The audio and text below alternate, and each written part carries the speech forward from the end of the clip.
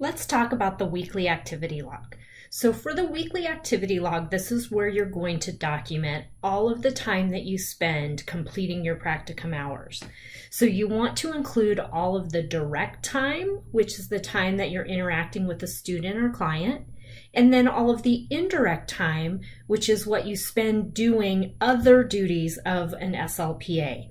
So lesson planning, reviewing records, if you're prepping materials, if you're meeting with your SLP supervisor and reviewing case files or talking about therapy ideas, anything like that where a student is not present is considered indirect.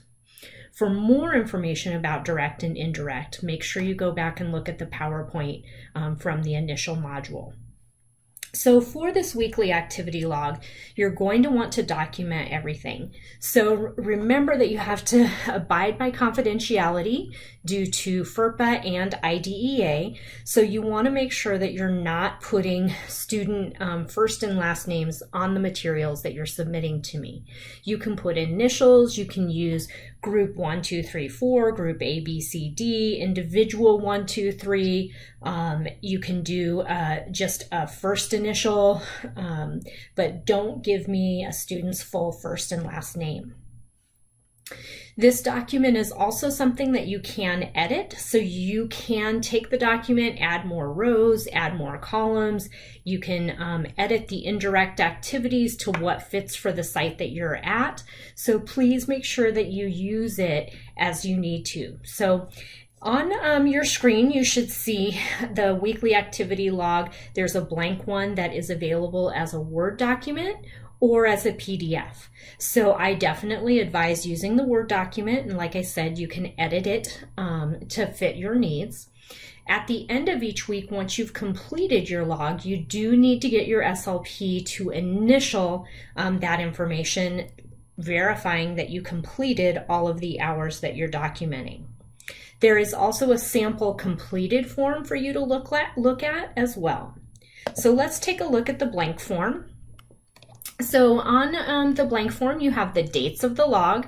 So these dates could potentially vary depending on how your practicum works. So if you're doing your practicum and you're only going, say, Monday and Tuesday, then I would put the dates for the log as that week, or you could put just both days if you only go there twice. The SLPA name is, of course, your name, and then the signature is a signature that needs to be completed by your supervisor. So you can see there's a column where you can indicate your patient group initials or group number.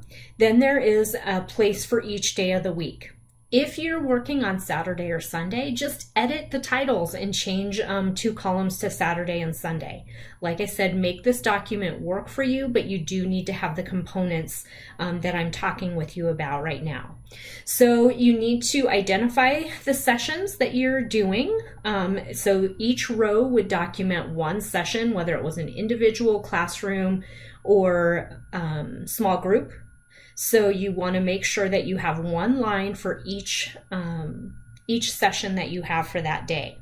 You should have a corresponding schedule that you're following with your SLP supervisor. So that's something, if I ever had to come back and say, okay, group A, what was that? You could then refer back to your schedule that you keep. So if on Monday you're seeing 4 groups, you would have 4 line items.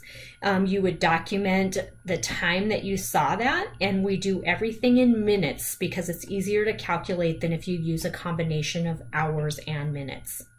So you'll want to put in your total number of minutes for each of the 4 groups. So for example, if I had a group here, this is group A, or group 1, group 2, group 3, group 4, and say I saw each of them for 30 minutes.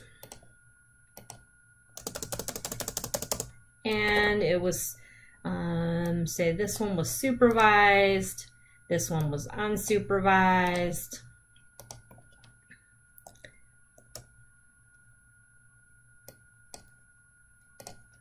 This one was supervised. Oops. Went too far on that one. One too many tabs.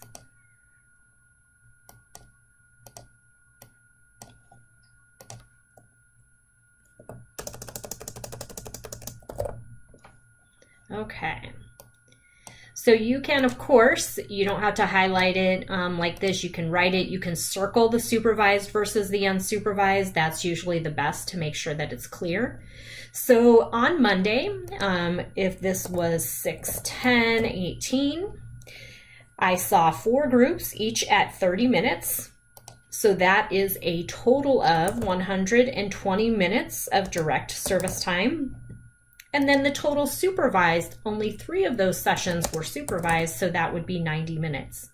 If I didn't have any sessions the rest of the week, then I would then just carry over my totals to the final column and then carry these totals over to my supervision summary form. That is also one of your required documents. On page 2, we now have our indirect services. So say on this day you did 15 minutes of lesson planning and you did 15 minutes of documentation, and then you had a meeting with your supervisor for 30 minutes.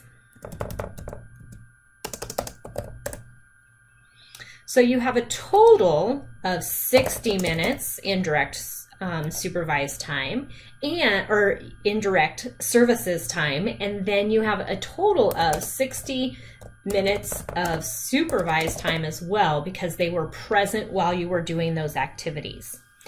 And when we talk about supervised versus unsupervised, they need to be present for the majority of the time that you're there. So if you're lesson planning and you're in a room for 30 minutes working on lessons and the SLP walks out for 5 minutes to go to the restroom, you can still count that as supervised because the individual was there for almost all of that 30-minute session. So you don't need to put 25 minutes supervised, 5-minute unsupervised.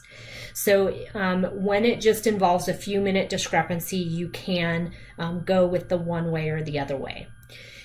As another example, if you had 30 minutes that you were working on lesson planning and they were only present for 5 of it, then you should count that as unsupervised because they really weren't there during the whole time for you to be able to ask questions.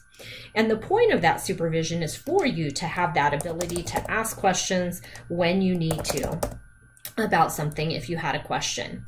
So now in the last box, we want to total everything up again. So total direct services time 120 plus 60 equals 180 minutes. Total supervised 90 plus 60, 150 minutes. And again, then you transfer these totals over to your summary report that you keep to calculate when you're reaching your entire hours. So you should be keeping this weekly activity log each week. You fill it out, you print it out, then you have your SLP supervisor sign it. You'll collect all of those and then you'll send them in to me.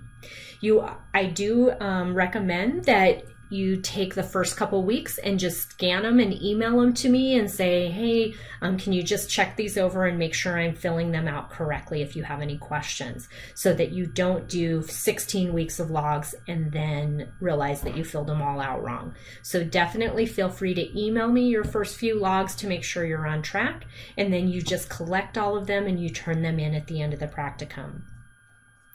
So hopefully that helps explain the weekly activity log. Again, this is the most important document that you have during your practicum. And as always, if you have any questions, please feel free to email or give me a call.